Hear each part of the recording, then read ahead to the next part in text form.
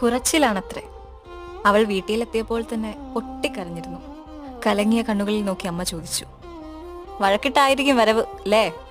കുറച്ചൊക്കെ സഹിക്കേണ്ടത് നമ്മൾ പെണ്ണുങ്ങൾ തന്നെയാ എന്നമ്മ പെറുപെറുത്തു. നീ എന്നാ തിരിച്ചു പോകുന്നത് എന്നും ചോദിച്ചാണ് അച്ഛൻ കയറി വന്നത്. ഉള്ളിൽ പൊട്ടിക്കരഞ്ഞുകൊണ്ട് പുറമെ പുഞ്ചിരിച്ച അവൾ അച്ഛനെ കെട്ടിപ്പിടിച്ചു.